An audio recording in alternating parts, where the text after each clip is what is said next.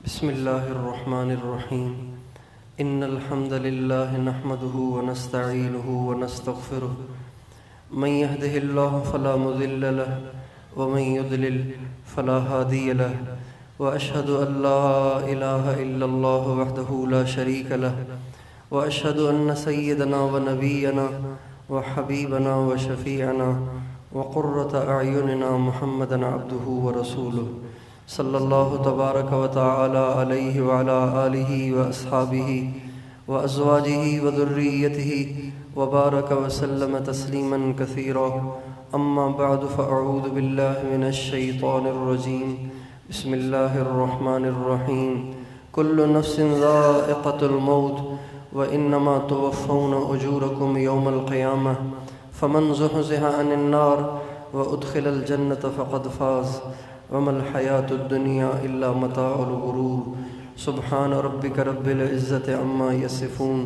وسلام علی المرسلین والحمد للہ رب العالمین اللہم صلی علی سیدنا محمد وعلی آل سیدنا محمد وبارک وسلم۔ میرے محترم دوستو اور بھائیوں اور بزرگوں، دنیا میں انسان نے ہمیشہ نہیں رہنا، ایک دن اس کو اس دنیا کو چھوڑنا ہے، اور انسان دنیا سے جانا نہیں چاہتا، لیکن اس کا جانا اس کی مجبوری ہے، اور اس میں انسان بے بس ہے۔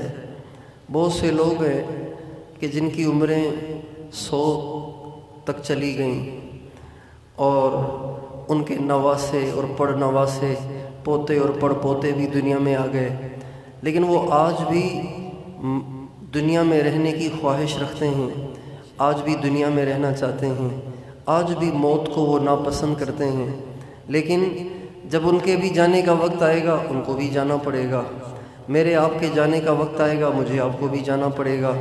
دنیا میں کوئی ایک فرد واحد بھی ایسا نہیں ہے کہ جس کو دنیا سے نہ جانا ہو۔ قبرستان بھرے پڑے ہیں ایسے لوگوں سے جن کو موت کے نام سے بھی نفرت تھی، موت کے تذکرے سے بھی نفرت تھی، وہ نہ موت کا تذکرہ سننا چاہتے تھے، نہ موت کا نام سننا چاہتے تھے، وہ نہ ہی کسی کی موت میت میں شریک ہوتے تھے، ان کو ہنسنا پسند تھا، رونا ان کو ناپسند تھا، لیکن آج وہ بھی قبروں میں پڑے ہوئے ہیں، وہ بھی مٹی میں مل کے مٹی ہو گئے۔ اس لیے ہر انسان کو چاہیے کہ موت کو ہمیشہ یاد رکھے، موت کی ہمیشہ تیاری رکھے، اور موت کا ہمیشہ تذکرہ رکھے۔ نبی کریم صلی اللہ علیہ وسلم سے کسی نے پوچھا، عبداللہ ابن عمر نے پوچھا رضی اللہ عنہما نے کہ یا رسول اللہ، دنیا میں سب سے بڑا سمجھدار کون ہے؟ بھائی اس کا ایکو ٹھیک کرو نا، کیا مسئلہ ہے؟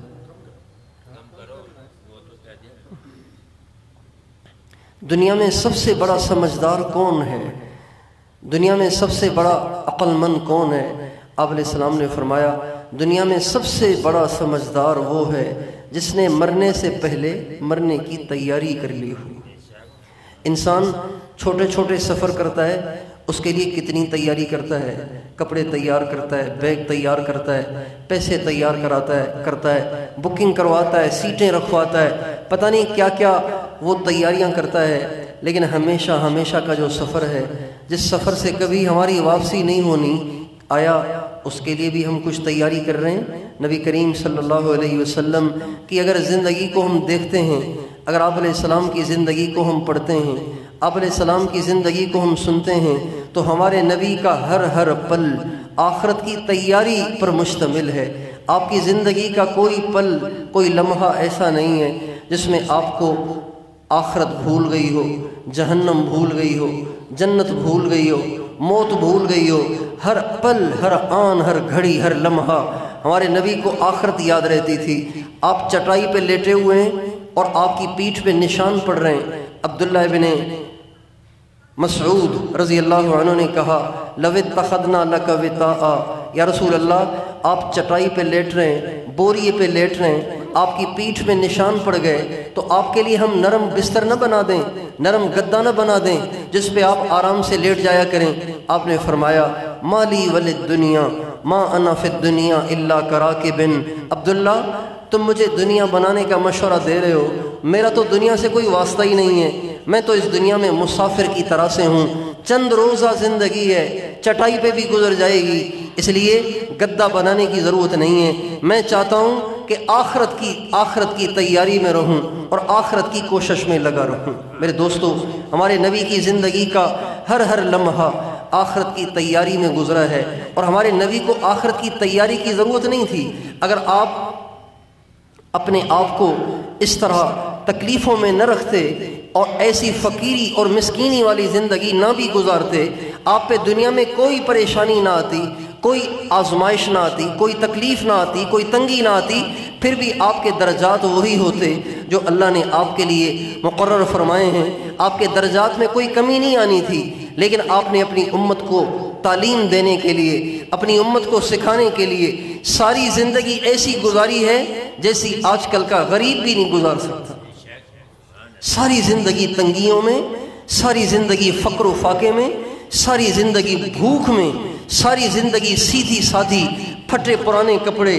امام الانبیاء ہیں، نبیوں کے امام ہیں، نبیوں کے سردار ہیں، جنت کی چابی آپ کے ہاتھ میں ہے، آپ کے اشارے سے جنت کا دروازہ کھولا جائے گا، لیکن آپ زندگی ایسی گزار رہے ہیں کہ آپ کے گھر میں کئی دن کھانے کو کچھ نہیں ہوتا تھا۔ ایک دفعہ حضرت ام سلیم رضی اللہ تعالی عنہ آپ کی خدمت میں حاضر ہوئیں اور کہنے لگیں، یا رسول اللہ، میرے گھر میں فاقہ ہے، میرے گھر میں بھوک ہے، آپ کوئی دعا فرمائیں تاکہ میرے گھر میں اللہ تعالیٰ کوئی روٹی کا انتظام کر دے، کوئی میرے لیے آسانیاں پیدا فرما دے۔ آپ نے فرمایا، یا ام سلیم اصبری فواللہ ما فی آل محمد شیء منذ 70۔ ام سلیم صبر کر، اللہ کی قسم 7 راتوں سے میں بھی بھوکا ہوں، 7 راتوں سے میں بھی بھوکا ہوں۔ امام الانبیاء ہیں، 7 راتیں، انسان ایک رات کچھ نہ کھائے، سارا دن کچھ نہ کھائے تو چکر آنا شروع ہو جائیں گے، بلڈ پریشر لو ہو جائے گا، شوگر لو ہو جائے گی، چلا نہیں جائے گا، پیٹ کمر سے لگ جائے گا۔ 7 راتیں ہمارے نبی پہ ایسی گزریں کہ نہ آپ نے کچھ کھایا، نہ آپ کی اہلیوں، آپ کی ازواج مطہرات نے کچھ کھایا، نہ آپ کے بچوں نے کچھ کھایا، سارا گھر فاقے کے ساتھ زندگی گزارتا رہا۔ میرے بھائیوں، اگر ہمارے نبی اللہ سے دعا کرتے تو کیا آسمان سے دسترخوان نہیں اتر سکتے تھے؟ عیسیٰ علیہ السلام نے، موسیٰ علیہ السلام نے اللہ سے دعا کی، اے اللہ، میں اپنی قوم کو مصر سے لے کر فلسطین وادی تیہ میں آ گیا ہوں، یہاں تو ہمارا کوئی گھر نہیں ہے، یہاں کوئی ہمارا معاشی نظام نہیں ہے، اے اللہ اب تو ہمیں چھت بھی عطا فرما، دھوپ سے بچنے کا سامان بھی عطا فرما، اور ہمیں کھانا بھی کھلا۔ اللہ تعالیٰ فرماتے ہیں، وَذَلَّلْنَا عَلَيْكُمُ الْغَمَامَ وَأَنزَلْنَا عَلَيْكُمُ الْمَنَّ وَالسَّلْوَىٰ۔ موسیٰ علیہ السلام کی دعا پہ اللہ تعالیٰ نے بنی اسرائیل کے لیے 40 برس تک بادل مقرر کر دیے۔ جب سورج نکلتا تھا تو وہ بادل آ جاتے اور بنی اسرائیل کو ڈھانپ لیتے تھے، اس سائے میں رہتے تھے، ان کو دھوپ نہیں لگتی تھی۔ 40 برس تک ایسے ہوا، اور 40 برس تک بنی اسرائیل میں سے کسی نے کمایا نہیں۔ آسمان سے من اترتا تھا اور سلوا اترتا تھا۔ من کہتے ہیں مٹھائی کو، سلوا کہتے ہیں بھنے ہوئے بٹیر کو۔ 40 برس تک موسیٰ علیہ السلام کی ایک دعا سے اللہ تعالیٰ نے 6 لاکھ بنی اسرائیل کو بھنے ہوئے بٹیر کھلائے، اور اللہ نے آسمان کی مٹھائیاں کھلائیں اور ان کے سائے کا انتظام فرمایا۔ میرے دوستو، کیا محمد مصطفیٰ صلی اللہ علیہ وسلم کی ایک دعا سے کیا میرے نبی کے گھر میں 2 روٹیاں نہیں آ سکتی تھیں؟ کیا حضرت فاطمہ کے لیے 2 روٹیاں نہیں اتر سکتی تھیں؟ کیا امام حسن اور حسین کے لیے 2 روٹیاں نہیں اتر سکتی تھیں؟ لیکن تاریخ گواہ ہے، سیرت گواہ ہے کہ نبی بھی بھوک سے زندگی گزار رہے ہیں۔ آپ کی سب سے پیاری بیٹی حضرت فاطمہ، امام حسن حسین، آپ کی ازواج مطہرات ایسی تنگی کی زندگی گزار رہے ہیں کہ آج کل کا فقیر بھی ایسی زندگی نہیں گزارتا۔ اور یہ سب کچھ ہمارے نبی نے اپنا حال ایسا اس لیے بنایا تھا تاکہ امت کے لیے ایک سبق رہے، امت کے لیے ایک تنبیہ رہے کہ دنیا سے دل نہ لگانا، دنیا میں مسافر بن کے رہنا، آخرت کی تیاری کرنا۔ اس لیے میرے دوستو، مجھے اور آپ کو بھی ہر وقت آخرت کی تیاری کرنی ہے، اللہ کو راضی کرنا ہے۔ ابھی ہمارے محلے میں ایک نوجوان کا انتقال ہوا ہے، 20 سال کا نوجوان ہے، تقریباً 20 سال کا،